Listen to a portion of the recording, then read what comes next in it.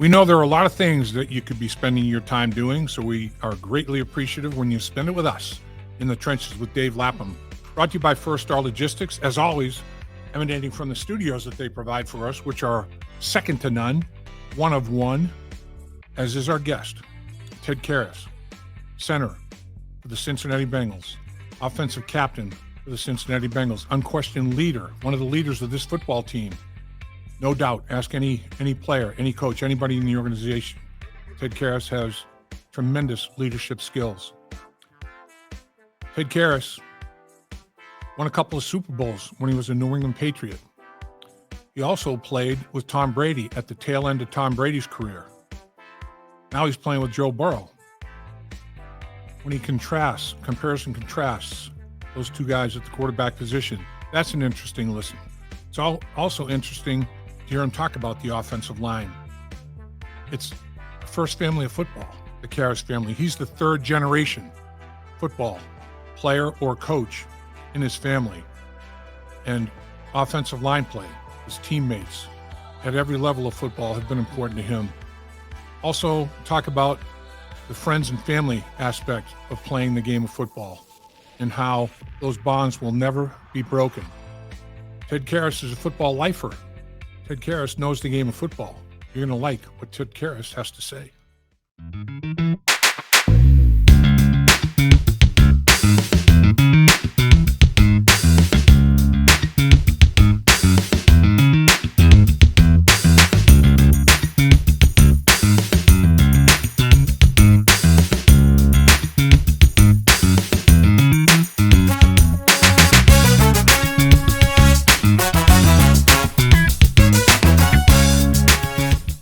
We always appreciate your time. And when you carve a good bit of it to join us in the trenches with Dave Lapham, brought to you by First Star Logistics, coming to you from the awesome studios that they provide for us as well, we really appreciate it. And we certainly do appreciate the time being carved by our next guest because he's busy. He's a busy man. Baby girl, man. Ted Karras, Cincinnati Bengals. Baby girl. You know I'm never too busy for you, Lap. Oh, but I'll tell you, when you have an infant, keeps you and the wife on the toes, doesn't it? It certainly does. My wife's been such an all-star. Just, sometimes I got to travel a little bit too. So she's been holding it down, but got her workout in this morning, and now we're switching off shifts. Now I'm here with you. That's awesome. All right, so going into your 10th year, just completing that 9th year in the National Football League. 5 of those with the New England Patriots, a couple of different stops there, 2 Super Bowls with those Patriots, Super Bowl 51 and 53. A little time down in Miami, just finishing your 3rd year with the Cincinnati Bengals, captain of the Cincinnati Bengals. You're a 3rd-generation NFL player. Your grandfather, your dad, a couple of uncles. I mean, the Karras men in the National Football League go hand in hand. What does that mean to you? What does that type of legacy mean to you, Ted? Well, as a kid, I always wanted to make it there, like the big men in my family, and obviously they counseled me good enough to, to make it. My grandfather played 9. That was always, I wanted to kind of tie him. So, feel very grateful to surpass at least the volume of years that he played. I know Alex played 12, so have a little bit of ways to go to be number 1, and he's also in the Hall of Fame. So, but it's really special to keep the Karras name. There's still the name Karras on the back of a jersey means a lot to me. That's incredible. And like you mentioned, Alex, your uncle is he's in the Hall of Fame, a 12-year player, a defensive tackle that had, unbelievable quickness and first step suddenness and everything that goes along with that. Is he somebody that is your relationship? I'm sure he's got all kinds of things going all the time. Is he a guy that reaches out to you about football at all, or does he leave that just, hey, the kid knows what he's doing, I'm not going to bother him? Well, he passed away in 2012, so I knew him a little bit in high school. And then he got inducted, pretty recently, 2 or 3 years ago. And it kind of brings up the point, let's not wait so long to induct some of these older legends. I think a shining example of that would be Steve McMichael. I mean, they wait until this guy's on his deathbed to put him in the Hall of Fame. Obviously, both nicknamed Mongo. So I think, with the expanded Hall of Fame rules, let's not wait for some of these older guys that are deserving to get in, especially the old trench guys. So you're down in Florida as we speak. You're at your second home down in Florida. What is your off season like? How do you attack the off season? How much time do you really say, okay, I'm going to go into a rest recovery mode? Physically, I'm going to really, get away from it totally. Mentally as well, I'm going to get away from it. But then do you get back into it sooner mentally than physically, or how do you handle your off season? What are the stages of progression of your off season? I think physical activity is a part of rest. So I've been working the whole time.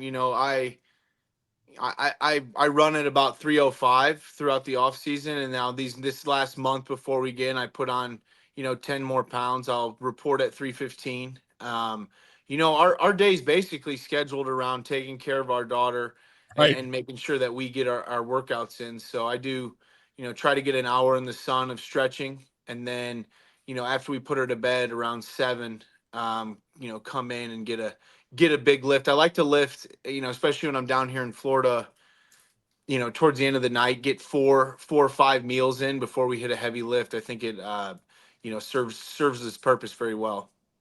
So 4 or 5 meals, those aren't like 3 course meals. You eat, you've got a very, a diet where, okay, I'm going to take in X number of calories, at this meal, this meal, this meal, and get 4 of them going.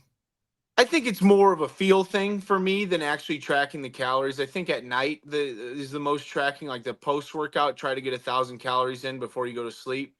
But other than that, I'm not really tracking macros or micros. I'm just, going off a feel thing. You can feel it in your body when you've eaten Sure. enough, especially to go in there and lift really heavy right back here in my garage. So this is where I live in the off season. I rarely leave this room. I'm on a rat patrol right now though. A couple palm rats got in. I got to get Oh these man, guys. I know. slippery little suckers. I I'll know. tell you It's though, ridiculous. man, you got a heck of a facility there. I mean, a lot of guys would. Any guys close by that you train with, or is it solo for you, Ted? I have had some guest appearances over the years. There you go. I don't leave my house much down here in Florida. We have our great group of friends down here, but really, you're speaking about rest and recovery, just being in a routine, in the sun, good sleep, stretching and lifting is all the rest I need. I hear that. I hear that for sure. So, captain of the football team, and you don't take that honor, lightly. I think leadership is something that is a big part of what Ted Karras is all about. Where where where did you form your principles of leadership? I mean, obviously you grew up around guys that had immense success in the game of football. Was leadership just there for you to observe on a daily basis? I would say I take a lot of it from my father and how he's led his football teams over the years, with great energy and enthusiasm. I really respected too. What Coach Belichick would always say about leadership is we don't really need to talk about it. I mean, it's just showing up day in and day out, and leadership kind of reveals itself. I've tried to be a rah rah guy in the past. I feel I gave up giving pregame speeches in college after we'd get dented every time I freaking gave a speech. So, I think my leadership style is counseling young guys, making sure guys have everything they need to succeed, but then showing, you know, enthusiasm, energy, and being a day in and day out football player, which I think is probably the number one factor of making it in this league is can you have the competitive stamina to show up every single day, knowing that someone's going to try and take your lunch and you have to prevent that. And that's a burden that obviously is probably the best part of the off season, and that burden is off our shoulders. But that's why I'm preparing now every day, when we got what, 4 weeks, and then Burton's back on, not totally in spring ball, but still it's a competitive environment. And then when you get into the season, it's a very public performance based business, and guys need to know how to handle that. You mentioned your dad, highly successful coach. You've helped him over the years when you can. What's that like, being able to work with your dad and develop young men at the critical time of their life, and mold them and help develop them, and maybe a lot of them turn into huge leaders, not necessarily on a football field, but with a family, a community, a business, whatever the case may be. Well, it's been so amazing. We moved to Indy in '06, for Dad to start the program at Marion University. And then he's made a couple stops since then, won the national championship in 2012, made a couple stops, and they hired him back 2 years ago. And it's really been an awesome, fulfilling, full circle moment. Last time I was there, I was the eighth grade kid, coach's son. Now I get to come back as a 10-year NFL vet and really help the guys out. And we had the spring game this past Saturday. It was awesome. Team's looking great. Really? I throw a barbecue for the team after every year, and then I even crashed the football house party this year just to show my face for the guys. So it was a great time, and I was very encouraged. Not only just by the state of the team and the fellowship that they showed, but just really for the state of football. There's 160 guys, all showed up to the party. Really have just a great sense of camaraderie. Really brought me back to some of the best times, of your life, playing college ball with your friends. And I'm really excited, really excited for the Knights season this year. I think we have a great culture, a lot of great players, and hopefully some of them can sneak their way up into the NFL. I'll help them any way they can.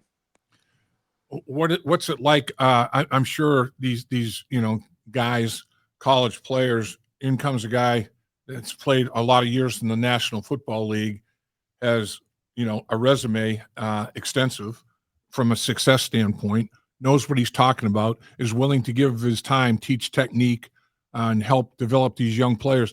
The response must be incredible. It must be rewarding for you.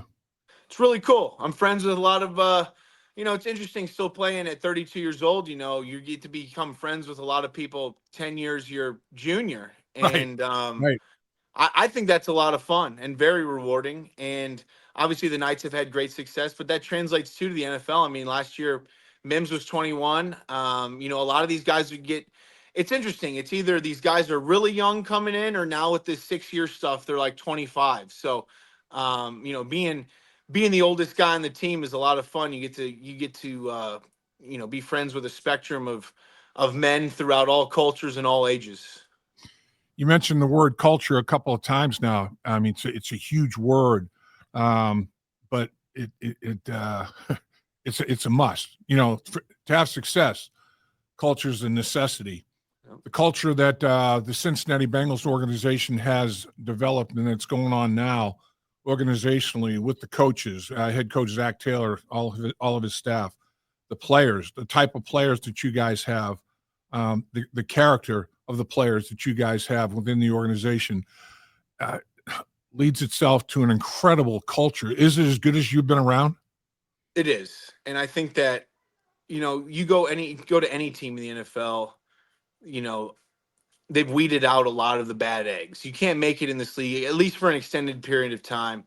Obviously there's cases of extreme talent, but you can't really make it without being a decent person, at least. And I think that Cincinnati, more so than any team that I've been on, is filled with high quality, young men. And, I think that leads to success, but we have to play to it this year. With the signings of important impact players on the offensive side of the football, your quarterback, 2 receivers, a running back, running it back as such, with significant dollar commitments. There's no question about it. A lot of money spent. Talking multiple figures. 7, 8, or more than 7, 8, 9 figure deals. It's incredible. the commitment that the organization has made. What does that mean to you as players? It's like, hey, we got great players that have earned an opportunity to be rewarded with these type of contracts, and the organization has stepped up. So it's like if the organization doesn't step up, it's like players. I remember when it took a while to sign, guys that were Hall of Famers like an Anthony Munoz. If Anthony was having difficulty getting a contract signed, everybody else on the team was thinking, what chance do I have of ever getting a contract done? I just think that the whole thing has been done very well. Players know that they perform, they're going to get taken care of. I mean, the money's going to come. Yeah, no, I think it's just a healthy football business practice. If you take a peek at the top teams of the league, they draft, they develop, they sign, and so I think it's great that the Bengals didn't make it their business to let premier players walk out the door. Very happy for those guys. They've earned it. They've earned, everything that's come their way. And now, with that comes the added responsibility of where, the franchise and the teammates and the city are counting on you to perform. And that's how everyone feels. You get compensated very nicely in the National Football League, but that comes with the responsibility of not only game day performance, but performance every single day throughout the week and in the community. Exactly. And it goes all the way back. I mean, Paul Brown, who founder of the Cincinnati Bengals, my first head coach in the National Football League, his whole philosophy, did it with the Cleveland Browns. And they won, world championships when he was coaching up there. Did it with the Cincinnati Bengals, forming a brand new franchise, and was competitive right away because of his mindset of draft, develop, retain. I'm going to draft players. We're going to put our bat on the ball. We're going to develop these players, and we're not developing them. So on a second contract opportunity, they're playing for somebody else, and we're like, exactly. Oh yeah, well we were responsible for that guy. We had him pegged. Got to keep him. You got to retain him, and that's been the mindset and the philosophy of the organization for quite a while. And the way they do it, they try to keep the deals cap level. Bonus money. A lot of money up front, cash. So when the bonus decreases, the salary increases, and the cap count stays pretty level, and they've taken care of business, and therefore been able to afford what they just got done by retaining these star players that they did. Absolutely, and I think one of the cool factors of the Brown family and in the Bengals organization is they are the truest football ownership family in the National Football League. I think you could probably throw the McCaskies in there too, but the Brown family doesn't have a media conglomerate, an oil conglomerate backing them in their football adventure. They are a true blue football family, been around in the industry since its inception, and have done a great job, not only running a team but really running a business and being a big part of the Cincinnati community. So I commend them for obviously getting, we have a high star powered team, and that's a lot to navigate, especially in the current climate of what contracts are. So I think everyone did a great job. I think everyone's happy, and we got really one more, and then right. we'll get on to spring ball, and really it's a huge year, 2025. So I hope everyone's feeling comfortable and motivated and energetic, ready to roll for what is a huge 25 campaign. Trey Hendrickson being that one, and you talk about a guy, 35 sacks in the last 2 years, most in the National Football League, 17 and a half last year, most in the National Football League. Obviously, he's earned it, man. And when players have earned it, let it be known that the Cincinnati Bengals, I think, will step up. It'll be some kind of a good, solid bonus package, I'm sure, that this year that will get him up to the level that these defensive edge rush guys are getting, $35, $40 million a year. It is absolutely crazy. But it should have been a D lineman, Lat. Oh man, yeah. Come off that edge, Ted. You and I, we could be off the edge together, huh? Just really threatening out there. You know what? We play the run. We play the run pretty solid though. Well, I'll two gap as a 5 tech, but I don't know if I don't know if I'm dipping and ripping past the Marius Mims. I hear that. I hear that. I hear that for sure. But these cap responsible deals, I think are the way of the future. I think the Bengals are kind of ahead of the curve a little bit in that regard. They're like they have $6.5 million of cap issue, dead money that they.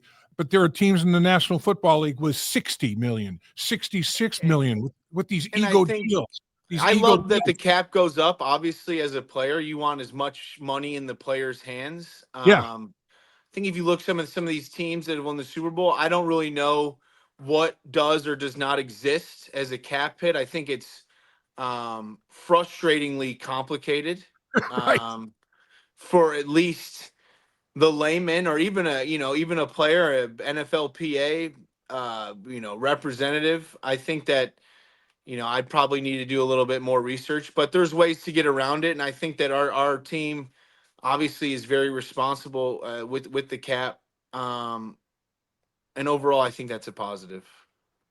Yeah, I think Katie Blackburn has her doctorate in caponomics. I mean, she does a Yeah, great job that way. That she can crunch them and staying away from those ego deals where everything's so it's the can's kicked down the road to the point there's always going to be a payday, and when this payday occurs and you owe a guy like 50 million bucks or whatever and it had no intent of getting there and no intent of fulfilling a contract, the Bengals are like, it's a square deal.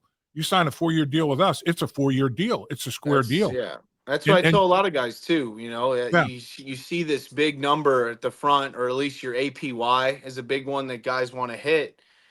But it's really just all about how much you're actually going to realize of your contract. I mean, it's great that it looks sexy on Twitter, but if you're only there for 2 out of the 5, you didn't realize that contract. So I think we do a great job of, we have brought in a lot of great guys, both via the draft and free agency, and you know that's a that's a plus for how the Bengals run business. yeah. I mean, these guys that are out there as free agents, veteran free agents, not because of skill level, not because of diminished skill, because these ego deals where there was never any intent to fulfill them, they're out there. They're out there and they're available. It's kind of a I never as a former player, my early years, like playing in the mid '70s, 1974 is my first year. I never thought that there would be this type of situation where the money was so big and the caponomics was such a big factor that guys would be out there as free agents because it was fake money. It was a Yeah. contract that was never going to be fulfilled. I mean, I would have never thought that was going to happen. Better to make 10 when you wanted 15 than make nothing. there, there you there you Yeah. go. That's simple math right there. I like it. Yeah. I like it, Ted. So, what's it like from a player rep standpoint? I mean, what are the responsibilities like for you in that area?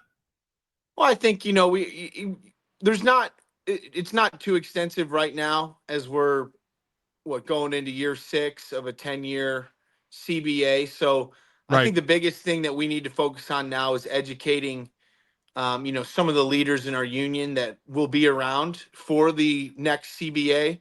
I'd love to be. I mean, that would put me at year 15. I mean, that would be Sweet. great. Yeah.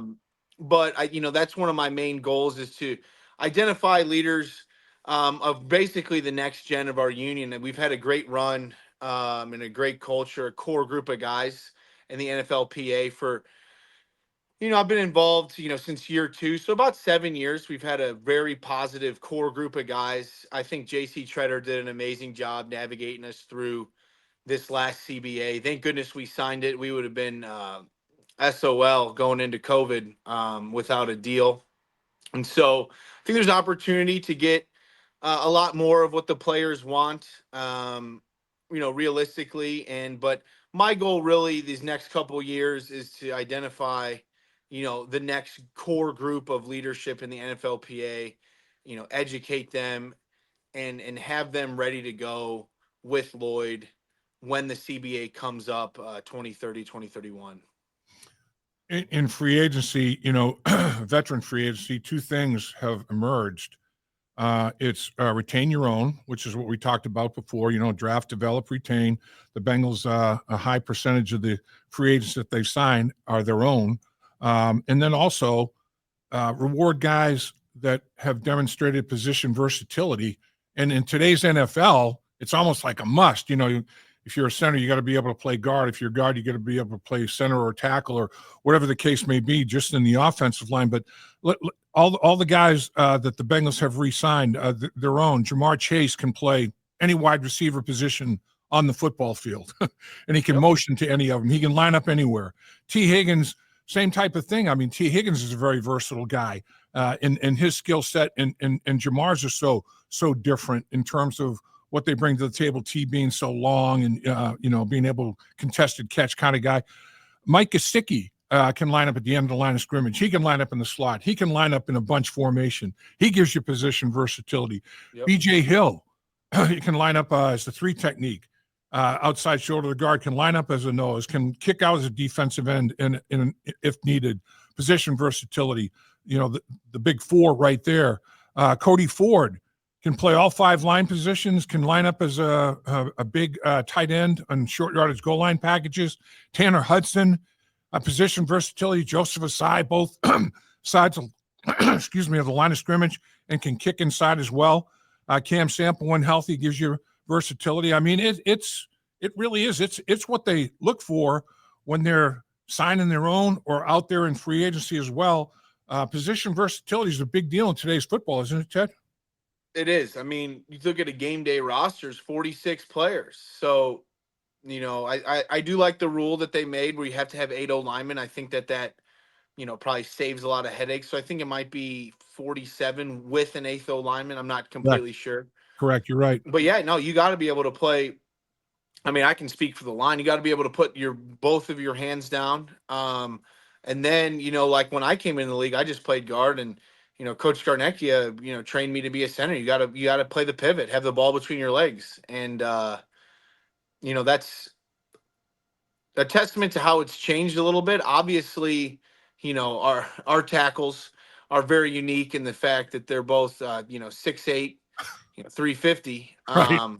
And that's great to have, especially in our offense. But, we have an interesting year coming up with a lot of guys with position versatility and some open spots that are, someone's gonna take. There's gonna be great competition this year, especially in the O-line room. You mentioned Dante Scarnecchia. In my estimation, my opinion, just everything I've heard about him and watching how his players performed.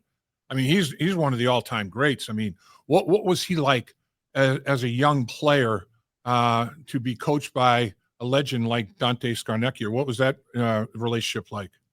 I mean, I love him and have so much respect for him as a coach and a man, as a person. I probably give him the most credit of why I'm going into year 10, just being trained in the way that he worked, in the way that he thought about offensive line play, and the way that he thought about just your attitude of offensive line and how to navigate life in the NFL. And the biggest thing, he always said, which I, tell a lot of guys too, a lot of younger guys and a lot of guys, even down to the, NAI, my dad's level, is know what you are.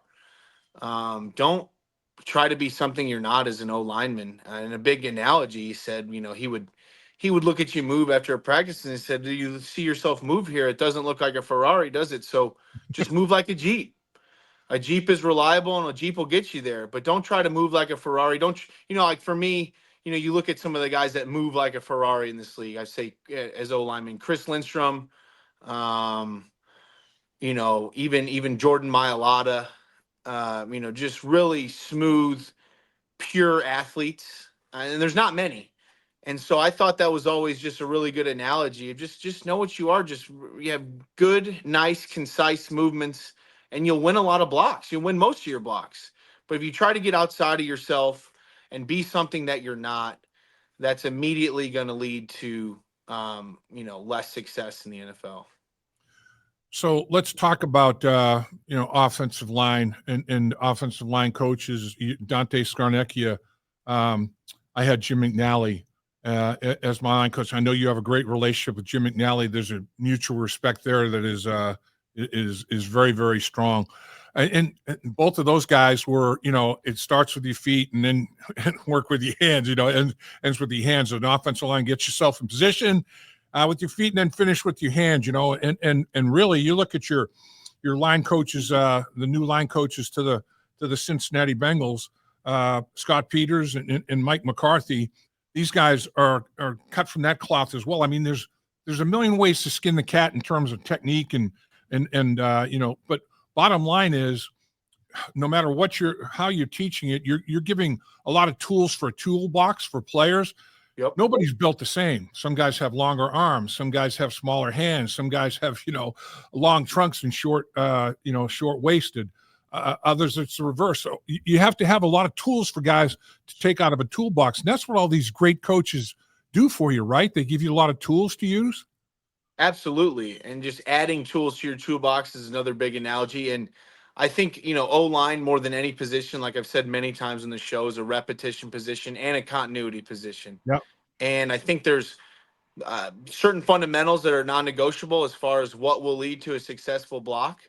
And then it is, the coaches and the players' responsibility to find the tools and find maybe the specific techniques per athlete body that will lead to more success. And I think that there's a way to train an offensive lineman really our whole goal is we just need to maximize the percentage, our win percentage in a one-on-one situation. So there's a lot of, core competencies that go into that. And then, obviously sometimes guys are going to make a great play, but if you do, 4 different things, you at least put yourself in a chance, 85%, 90% chance to win a block in the NFL. So I'm excited, to see what Scott brings. And we're going to start working with each other in 3-4 weeks out. Really excited. I think it's going to be an awesome refresh for our room. I think it's going to be great for our younger guys and everyone really to hear a new voice, hear a new way of doing things. And we're looking forward to a huge year, Lap. We need to have one up front and everywhere, but it starts with us. Absolutely. No doubt. And I got full faith that it's going to be a huge year for you guys up front. You got a couple of huge guys up front, no pun intended. Oh, I know. Orlando Brown and Amarius Mims, like you talked about, one veteran, multiple time Pro Bowl player, Super Bowl experience. I mean, that's Orlando Brown and then the young buck Mims, but they're both, 6'8", whatever, almost 8'6", it seems like, rather than 6'8", 300 whatever pounds, long arms, really good feet. I mean, these guys are impressive on the edges for you, aren't they? They are. And, I think that especially with the unique talent that we have at tackle, it's almost less of those. I don't want to say it's less fundamentals, but it kind of is, compared to me blocking someone in the NFL. I mean, Amarius Mims is 6'8", 350.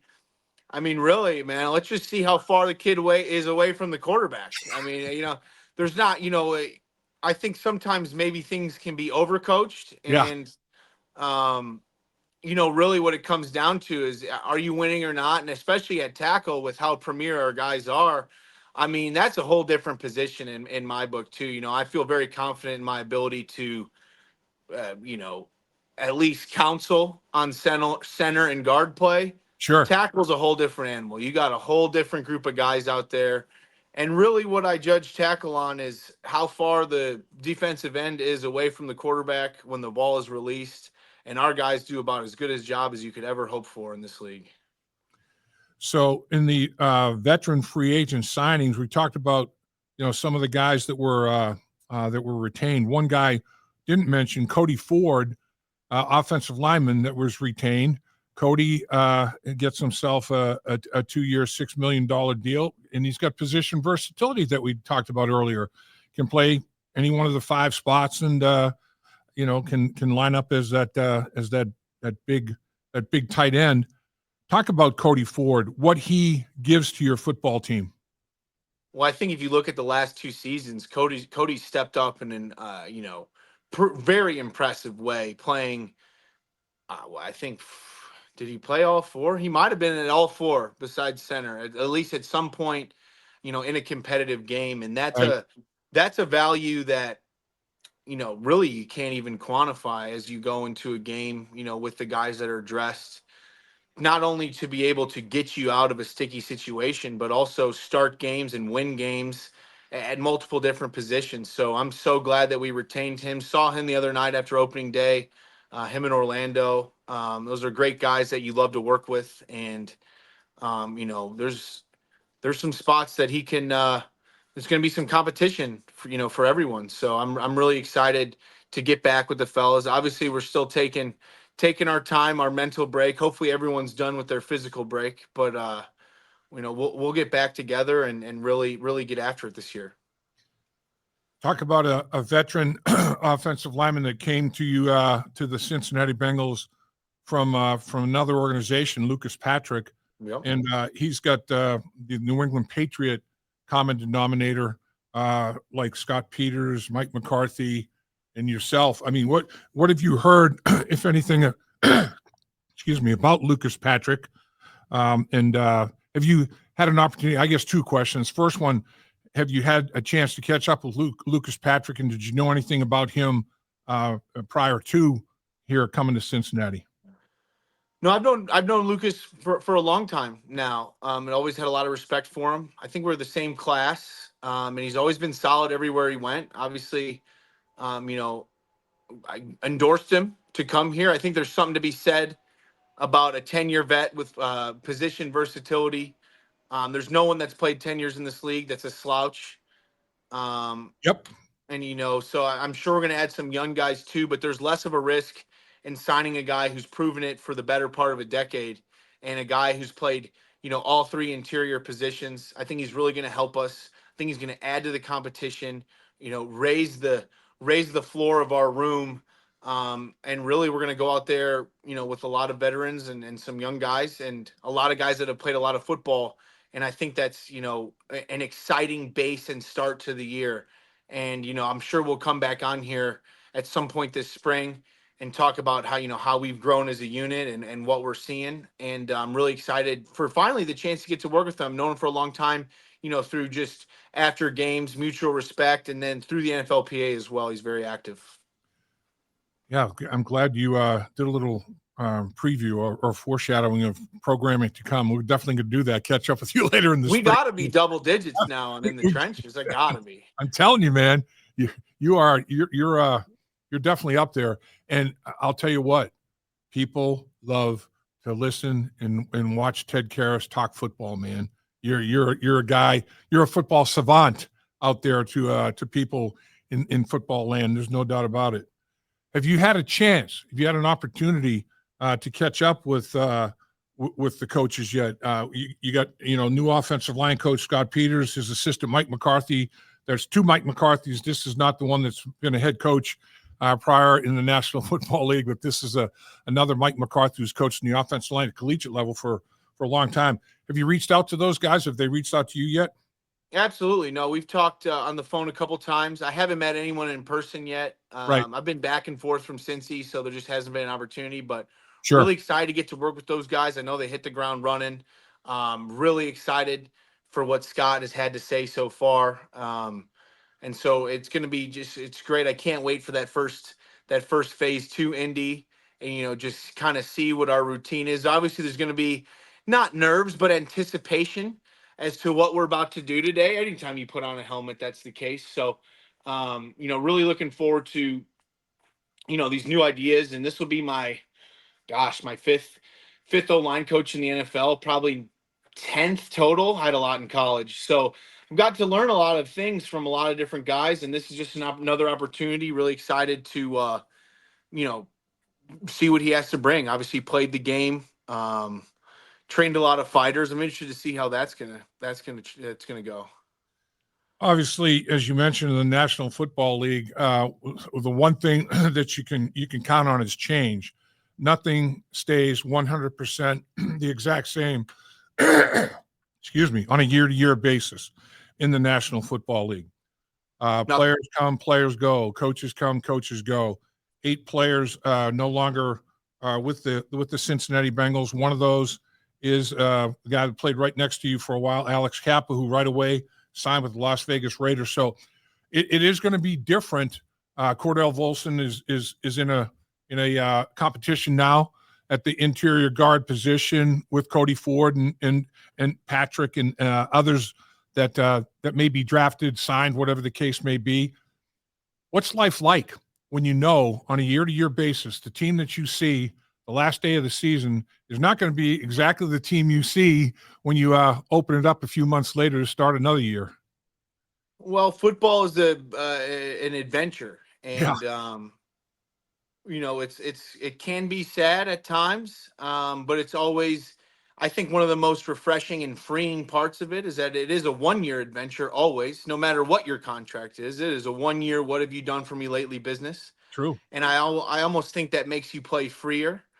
Um, I have so much respect for Alex Kappa and love, and was so happy to see that. I mean, he was on the street for felt like 8 hours, Right. and that's a testament not only to his play, but to the man he is. And you call me a football savant. He truly is the football savant. I've played with a lot of guys. I don't know if I've played with a better football mind Really? Oh, from an O-line perspective, and definitely going to miss that, and definitely going to have to step my game up. I think Cap provided a lot of knowledge not only to our young guys, but just even in the moment, in the heat of battle, um, comments and observations, and gonna miss that. And I know he's gonna do great in Las Vegas. I think that's awesome for him. What a great fit. Just had his second son, and he lives in Phoenix in the off season, so closer to home, and a rising program. Get to play for Pete Carroll. I couldn't be happier for him. Really what has been an outstanding teammate and friend to me. So those are some of the things that can be sad. And then you turn around and it's time to go 2025. We're rolling with the guys who are on our team. So obviously wish him all the best, and we'll keep in contact with him. But this is I'm on the Cincinnati Bengals, so we're rolling with who we got, and I can't wait to get back with the guys and get going. people don't or know, and they're not privy to it, so they no way they would know. But some of the things you mentioned about Alex Kappa and the value in that, I can remember when we come to the sideline my rookie year, it was like all the veterans are making instantaneous adjustments. It's like they're not waiting for the coach. They're not waiting to sit down on the bench. They're not waiting to go into the locker room at halftime. I mean, it's boom, it's right now. Sometimes it's on the way back to the huddle. Look, we thought in this over defense they're going to line up with a 3 technique. Nah, he's 2 gapping, man. He's in a 2 technique. We got to change the way we're thinking about our doubles and how long we double before we come off to the next level. Whether it's a little adjustment, a big adjustment, whatever the case may be, man, they were like, boom, they were so fast because these veteran guys that have been around for a while. And he's the best I've ever seen do it. I have a lot of confidence in, that I'm pretty good too, but I would say that, Alex Kappa is probably the best football minded in-game adjustment guard that I've ever played with. Huh. That's incredible.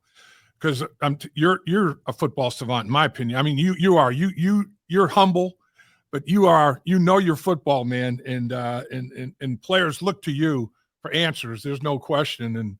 And the thing you mentioned too, the friendships that you establish, and they'll be forever. I mean, whether Alex Kappa, however long he plays for the Raiders, or you're still with the Bengals, those friendships it's like a family. It's like an extended family. I mean, they are super bonds, man, and they're unbreakable. Speak to that. I know looking at the website at Bengals.com to see Joe Burrow, greet his receivers after their extensions, and the true pure joy and emotion when they're embraced and it's real. It's real. You're a family member also, fulfilled the dream that he's been living his whole life. That all that stuff is real. Is that I love that part of football maybe more than any part of football. How about yourself? Well, it's like Henry V before Agincourt.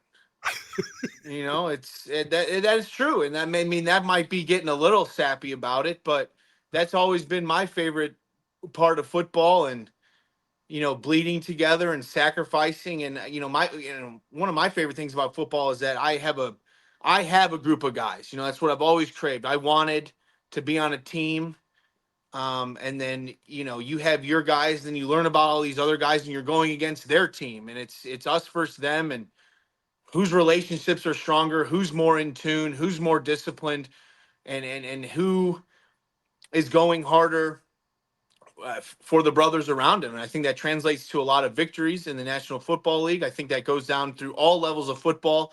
The more together team usually will win. Obviously, there's cases where that hasn't happened, but the relationships of being on a team, I think, will be the number one thing that I miss. Whenever this ends up being over. I agree with your assessment that, you got to be a together team to win. It doesn't mean that the team that won is the only one that was together, but you have no shot of winning if you aren't together. I mean, if there's cliques and divisions and all that sort of thing in your football team, man, that's a tough dynamic to overcome. Just like in any business, any walk of life. I mean, if everybody's rowing the boat in the same direction, with the same thrust and the same momentum and all that, you're going to get to your final destination a heck of a lot easier and sooner. And I've always loved about football, it's so black and white of who my enemy is. I think that's going to be kind of an interesting thing to navigate whenever I'm done playing, is it's a little more gray. Who am I against? I like knowing exactly who I'm against. That's a good call. That's a very good call. You never know when it's not football where your enemies are lurking. And maybe I won't be against anyone, but I feel like that would be a very boring life. The family the friendship family part of it is so real. I remember the great Paul Brown, who I mentioned earlier. I mean, the first training camp I went to, he gave speeches, opening training camp speech, I should say, the exact same speech every single year that he coached with the Cleveland Browns, with the word for word. And well, Mike Brown's holding on to tradition, and that's one of my favorite parts of the year. Really kind of almost, makes your stomach and butt kind of numb, because you're about to be in the thick of it. And also just feel very grateful that you get to play football still, and glad that I'm glad that the Brown family and the Karras family finally got to reunite after all these years of being against each other. Now we're not. I love it. His whole thing in that speech, and I'm not sure. I haven't heard Mike's. Mike's might be very similar to Paul's. That would not surprise me, because Mike heard it for a bunch of years from Paul before Paul passed on the torch. And then, unfortunately, we lost Paul Brown. But his whole message was, man, you're going to be at training camp here. And, of course, training camp back then was, 9 weeks long, because we had 6 preseason games. And if you had the Hall of Fame game, you had 7 games that didn't mean anything. Yeah. Why the heck you're playing 7 games that don't mean anything, whatever. But it was 2-a-days for like a good part of it, up until preseason games started. A good 3 weeks. We were in 2-a-days, and they were grinding. It was a tough grind. There's no question about that. But his whole message was, right now, you're creating bonds, you're creating friendships. Your football family is going to be very, very strong. It's going to be a strong force to be reckoned with. That's what we're trying to accomplish here. You're going to spend more time in the next X number of months with your teammates and with your coaches than you are with your immediate family. Your football family is going to dominate this portion of your life, and you got to be a family. And that means, in every sense of the word, be a family. I mean, that was a big, big deal to Paul Brown, no doubt. And that's why I let guys have a little Teddy break when we're in February, March, man, because I'm in your face. I'm a lot for sometimes. And, we're with each other 8 hours a day. And so everyone gets to take their break. But we're coming back full swing here in a couple weeks. So hope everybody's ready. Yeah, the amazing part of it now, though, today's football as opposed to back then.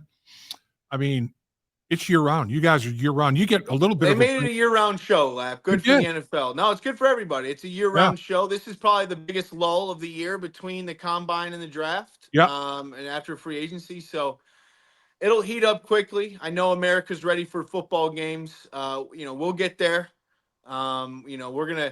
We're gonna enjoy the fact that we don't have to perform in public, at least for the next month. And then when the season rolls around, we'll be ready to go, firing on all cylinders. Yeah, back in the day, it was okay. You got an off-season job. You get like 4.5, maybe Yeah. 5 months that you can almost full time with some company and use it as an internship. At least learn, for the next phase of your life, or a little bit of a bridge, and then ask for that 2-hour lunch break because you got to work out. You got to get your workout in and Yeah. pick up the time either before, come in earlier than everybody, or stay later than everybody, whatever the case may be. But man, I'm telling you, the way football is, you have to be committed, and you are. I mean, they basically take your full-time commitment to put as good a product out there in the field as they possibly can. I mean, football now is just, oh my gosh, man, to look at the size, speed, skill set of today's athletes it's crazy. It really is. It's crazy. There's monsters out there, so you better be ready. There's a lot of monsters. There is no doubt about that. No doubt about that. So, I guess, do you have individual goals? Do you have team goals? Do you go through that type of process? Do you keep those, internal? How do you handle that aspect of your profession? I think I more so try to hit landmarks of, at least in the weight room, strength and size, and coming in back into spring at a certain weight and certain baseline of strength. I'm not one of those guys that writes down a goal. I mean, the only goal really, again, going back to the black and white thing, is win the game. And so my entire life has been under the context of when is the next game. So it's really not more. I don't have like I never like write goals down in a notebook. I write my goals for the day, which are basically all the same. Sure. And it's more of how to approach it than a quantified statistic. So we're hitting all the landmarks. I'm feeling great. 32. Can't wait to go run around with these young bucks again. I think I have a lot of football left to play. Hopefully, nothing is ever guaranteed in this league. So doing everything we can to be the best possible player I can be. And when you look at it, Joe Burrow's numbers, I mean, unbelievable. 4,918 yards passing, 43 touchdowns, 9 interceptions, completed over 70% of his passes, quarterback rating 108.5. Jamar, 127 catches, 1,708 yards, 17 touchdowns, Triple Crown winner. T. Higgins, if he isn't hurt for 5 games, what would his numbers have been? 73 catches, 911 yards, 10 touchdowns. I mean, you got 27 touchdowns between your 2 wide receivers. This offense, Ted, it is prolific. As an offensive lineman, you live vicariously through the success of your skill players. You've had a very successful vicarious life this past offseason, man. I mean, is there meat on the bone still? I certainly think so. I mean, didn't Jamar just turn 25? That's kind of ridiculous. Yeah. I mean, I think we have unbelievable talent. It's our job as an offensive unit. We run a very unique offense with a high volume of passing, and it's hard as an O lineman. And it's our job to, make sure that Joe is comfortable back there and delivering the ball on time. And I've definitely lived vicariously. I mean, we're scoring points. Like I said earlier, my only goal really is to win the game. So I don't care how we do it. The way we're set up, it's through Nine's hands, and I'm excited for going into campaign number 4 with him. I will say though, when we score touchdowns, I think it's been an epidemic throughout the league. I mean, if we're gonna run down there, at least give me a high five. or something. I'll let you do your dance, but maybe some acknowledgement. But I'll definitely get out of the way for the dance, and then maybe a chest bump, and I got to get right back to field goal. So. Boy, and then a couple of other weapons that we talked about a little bit. The names came up anyway earlier in this podcast. Mike Gesicki, 65 catches at the tight end position, 665 yards, over a first down every catch, a couple of touchdowns. And then Chase Brown, 990 yards rushing. If he's not hurt, he's 1,000-yard rusher. He missed that last game. 360 receiving. That's 1,350 yards of scrimmage yards, 12 touchdowns, 7 on the ground, 5 in the air. These guys, when you have the weapons that you have that are stretching the football field, there's real estate, intermediate, short real estate that you guys, Joe Burrow at the quarterback position in particular, takes full advantage of. He does. And, that's the great part about, kind of taking a retrospective look about, we have a lot of guys that were high production level. And then comes the inverse of that, where about April is probably the time when we stop talking about that and look forward to this next year, because, 2024 really means nothing now. I mean, we have, a good base and we have a lot of good players, but everyone must play to it and perform yet again. And that is the burden of a player in the National Football League, is that it is no longer, we can't rest on our laurels. Obviously we missed the playoffs 2 years in a row, so it's not like we have a bunch of laurels to rest on anyway. So I'm glad, we had offensive success in 2024, but, rolling into the spring and in the summer and now into training camp, it's going to be all about, what can you do for me now? You mentioned earlier, Ted, that the Bengals offense is high volume passing attack, going to throw the football a ton, and that puts a lot of pressure and stress on offensive line pass protection. There's no question about it. I mean, Joe he's back throwing the football more than anybody, really, or just about more than anybody in the National Football League. How do you feel like is there room for improvement in terms of presenting a pocket for Joe, and then add to the running game, add a running game to even make it easier to present that type of pocket?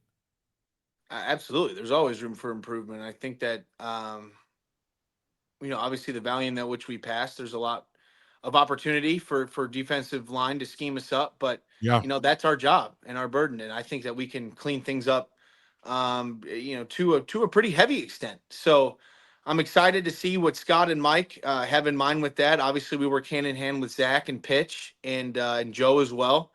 And, I think not only does individual performance, go into that, but there's a lot of things that go into pass protection. There's running backs, there's getting the ball out on time.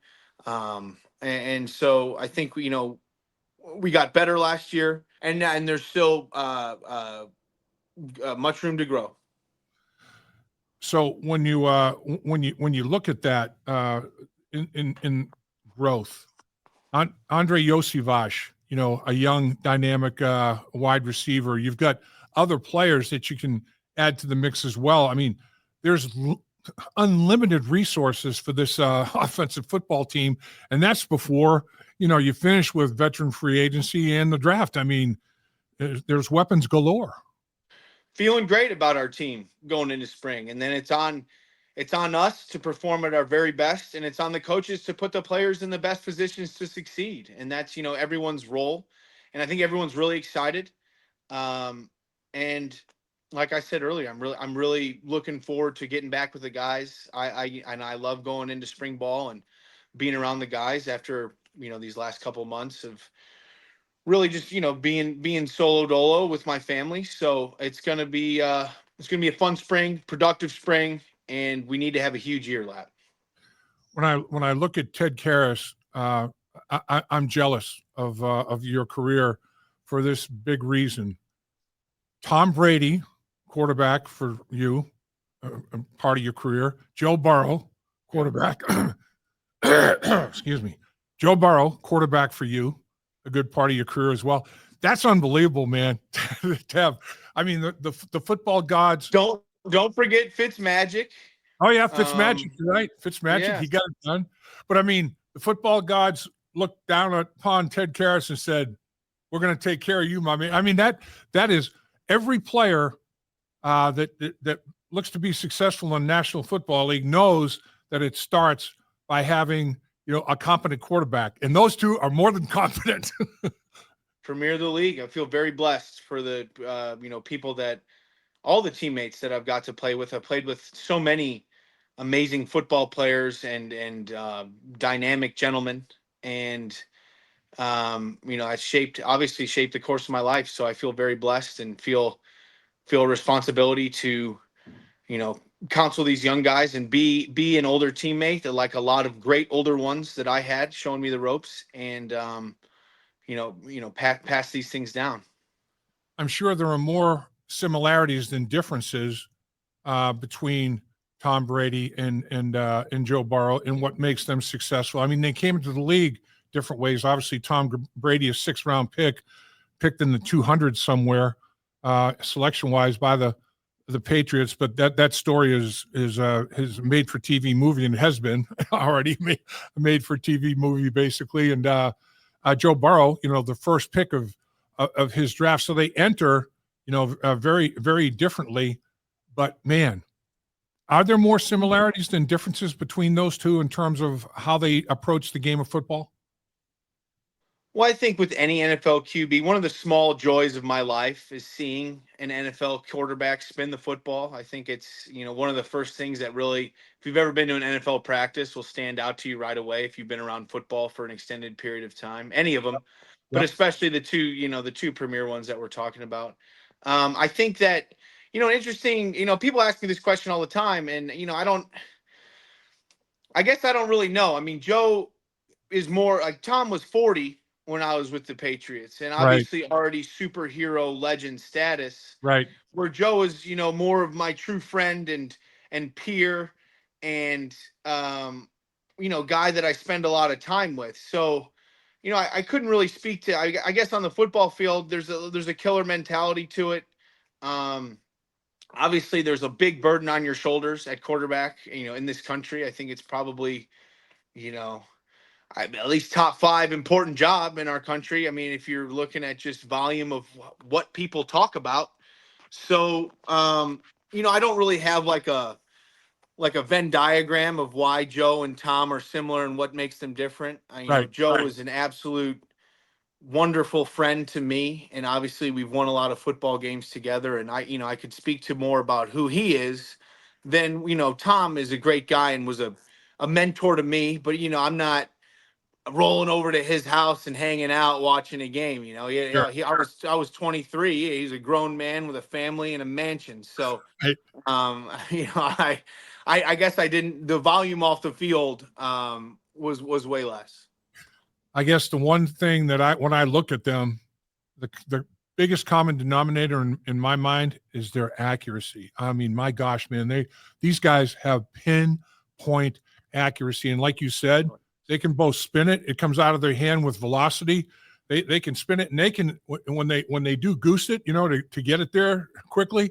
It's still boom right where they want to throw it. It's amazing. And I think if anyone comes to training camp practice or gets to come to a spring practice or just be up close with any NFL quarterback throwing the football, if you're a football guy, it's really quite a pleasure to see. No doubt about it. And one of the highest rewarded talents in the history of our country. So it's really, really cool to be a part of that. No doubt about that as well. And you're been a big part of the game of football for a lot of years yourself, and you're a credit to any organization and your family. And there's none better walking the face of the earth than Ted Karras as a man and a human being. You're the best, my man. Thank you, Dave. Anything for you, brother. I'll see you soon. Looking forward to that. Have the best day you ever had, my man. You too, brother.